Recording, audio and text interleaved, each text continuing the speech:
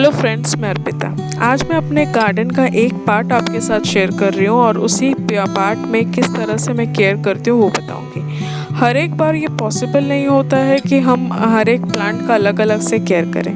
तो यहाँ पे कुछ मनी प्लांट है, रबर प्लांट है, एक्सोरा है, जरबेरा है, ये फर्स्ट पार्ट में है। तो मनी प्लांट, एक्सोरा और जरबेरा, इन सब में कम से कम अगर हमको केयर करना है तो मिनिमम महीने में एक बार एक मुट्ठी भर वर्मी कंपोस्ट डालने से सफिशिएंट है। अगर आप वर्मी कंपोस्ट नहीं डाल पा रहे हैं तो अगर आप फर्टिलाइज़र्स, केमिकल फर्टिलाइज़र्स यूज़ करते हैं तो एनपीके का ग्रैन्यूल्स आता है 19-19-19, जिसको बैलेंस एनपीके बोलते हैं, उसको आराम से आप डाल सकते हैं।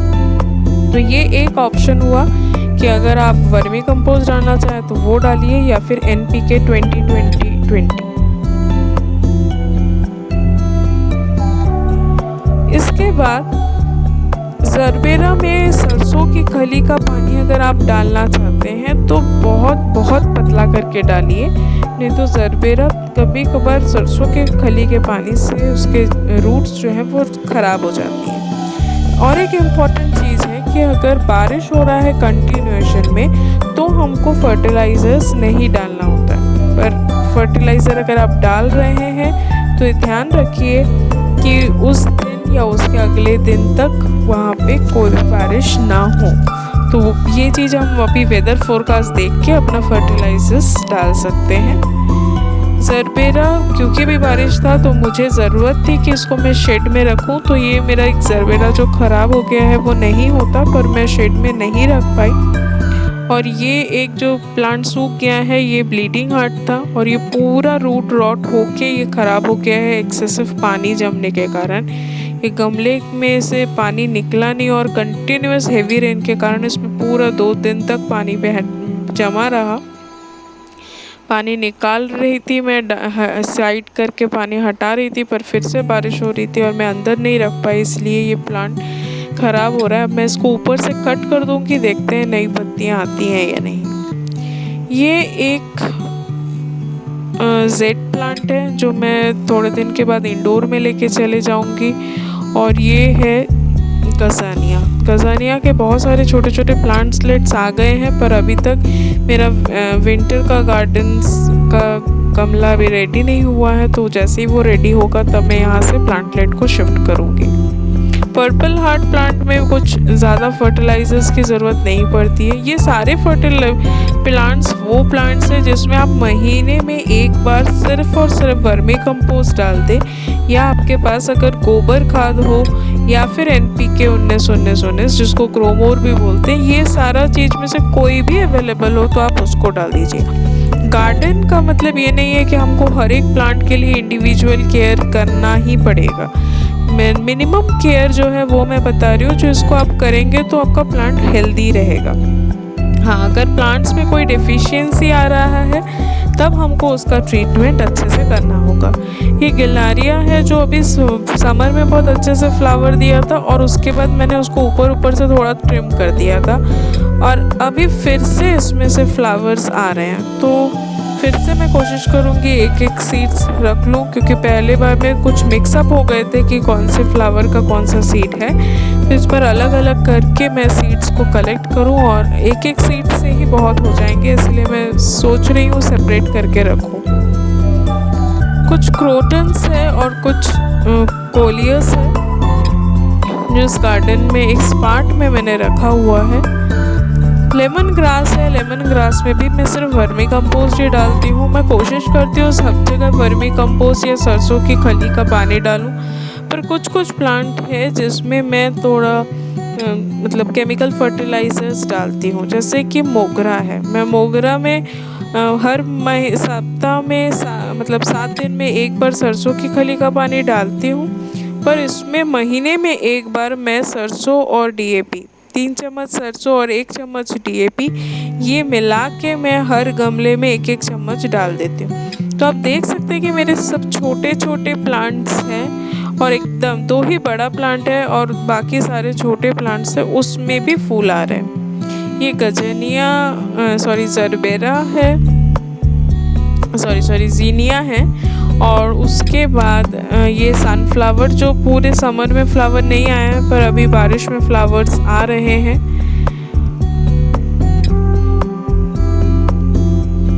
प्लांट थोड़ा सा पेंसिल जैसा मोटा हुआ है, उसी में फ्लावर आ रहे हैं। तो जब तक आपका प्लांट इतने ग्रोथ में नहीं आ जाता है तब तक प्लांट में फ्लावर नहीं आएंगे। तो इतने प्लांट के ग्रोथ के तक आपको वेट करना ही होगा। आप कुछ भी फर्टिलाइजर्स डालिए पर उतना फ्रूटफुल नहीं होगा। जब भी प्लांट का डेवलपमेंट होगा उसके बाद ही फ्लावर्स आएंगे। सारे फ्लावर्स में सनफ्लावर में कलियां आ चुकी हैं, कुछ खिलना स्टार्ट कर दिए हैं। और लीव्स काफ़ी हेल्दी हैं, इसीलिए मुझे लगा एक बार कि फ्लावर्स नहीं आएंगे पर अल्टीमेटली फ्लावर्स आ रहे हैं। क्योंकि ये बड़े साइज़ वाले फ्लावर्स हैं इसीलिए इसमें पर प्लांट 1 या 2 ही आएंगे, उससे ज़्यादा नहीं आएंगे। मैंने इसका ट्रिम किया था एक बार ऊपर से पर उतना ब्रांचिंग नहीं दिखा है। पर कुछ में एक के साथ 2-3 ऐसे झुंड में दिख रहे हैं सनफ्लावर। पर अगर एक प्लांट में एक सनफ्लावर बड़ा आ रहा है तो उसकी साइज़ बहुत अच्छी होती है। और बड़े वाले में ही अगर पिंचिंग कर दे तो उसकी साइज़ छोटी हो जाती है। ये कुछ रेन लिलीज़ है, ये इसी 2 महीने के पहले मैंने रिपोर्टिंग किया हुआ था अलग अलग करके। उसकी ग्रोथ अभी तक उतनी मैच्योर नहीं हुई है, इसीलिए बहुत कम फ्लावर्स आ रहे हैं। ये देखिए, ये छोटा सा मोगरा का झाड़ है और उसमें भी कलियां हैं और सारे में कलियां आ रही हैं, मतलब अच्छे से फ्लावर्स आ रहे हैं। और जो मैं फर्टिलाइज़र्स डाल रही हूँ वो काफ़ी अच्छे से काम भी कर रहा है। नहीं तो इतने छोटे प्लांट्स में फ्लावरिंग नहीं आते हैं। और कभी कभी मुझे एक प्लांट से 30 to 35 फ्लावर्स भी मिला है। ये देखिए एकदम छोटा सा, इसमें भी 2 कली दिख रही है। पत्ती शायद उस प्लांट में 10 है पर उसमें भी 2 कलियां आ रही हैं। तो ये एनफ है और ये अच्छा गिफ्ट है मेरे लिए कि मैं जितना इस गार्डन पे मेहनत कर रही हूँ उसका मुझे इन रिटर्न गिफ्ट भी दे रहे हैं प्लांट्स मेरे।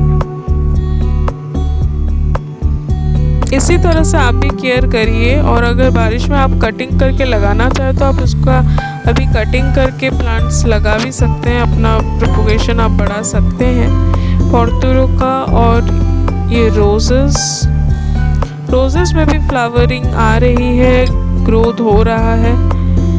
रोज़ में मैं मिक्स्ड मैन्योर ही देती हूँ, तो रोज़ का जो मिक्स मैंने मैन्योर बताया था आप भी उसको बना लीजिए, उसको डालिए। बाकी आपको कुछ भी डालने की ज़रूरत नहीं पड़ेगी रोज़ में। और अगर सिर्फ आप ऑर्गेनिक में जाना चाहते हो तो उसका भी फर्टिलाइज़र मेरे चैनल पे है, तो आप उसको देख सकते हैं।